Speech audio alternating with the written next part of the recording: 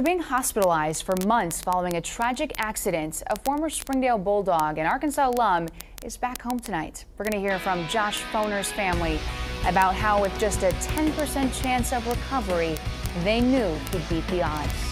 Keep it here. You're watching 4029 News. Welcome back to 4029 News. In our earlier newscast at 6 o'clock tonight, we introduced you to a man named Josh Foner. He's a former Springdale Bulldog and an Arkansas alum who was actually in a tragic cycling accident back in September that left him hospitalized for months. Our AJ McCord has more of his story and why, given just a 10% chance of recovery, his family knew Josh would beat the odds. This story only on 4020.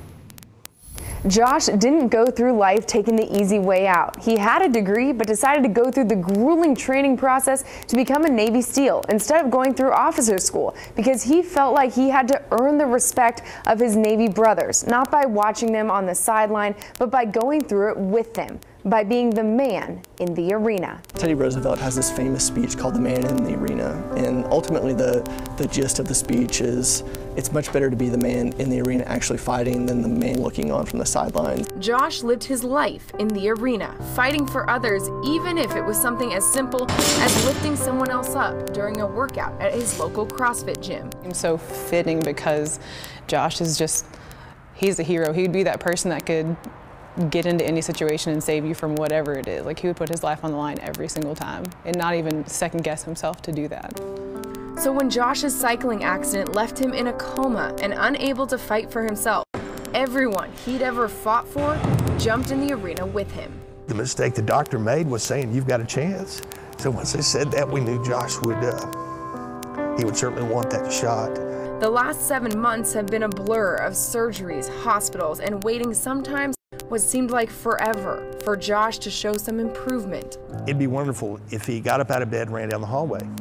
But we were willing to take any little thing that we got because we knew that every step only headed in one direction. That was towards his complete recovery. Josh is in what's known as a minimally conscious state, which means he's aware of what's going on around him but can't communicate the way he normally would have through words or expressions.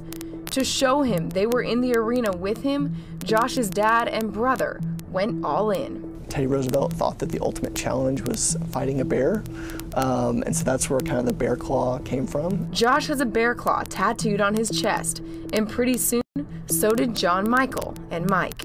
All throughout this process, each member of the family has been making some sort of bargain with Josh to where, hey, Josh, if you do this, we'll do this. If you do this, we'll do this. And so my dad's deal was, give me a thumbs up and I'll go get the tattoo. So together, his family is all in with their man in the arena as Josh's fight continues, coming home earlier this week. AJ McCord, 4029 News. Well, over the next few weeks, we know there are several fundraisers where you can help out and help the Foners make their home wheelchair friendly.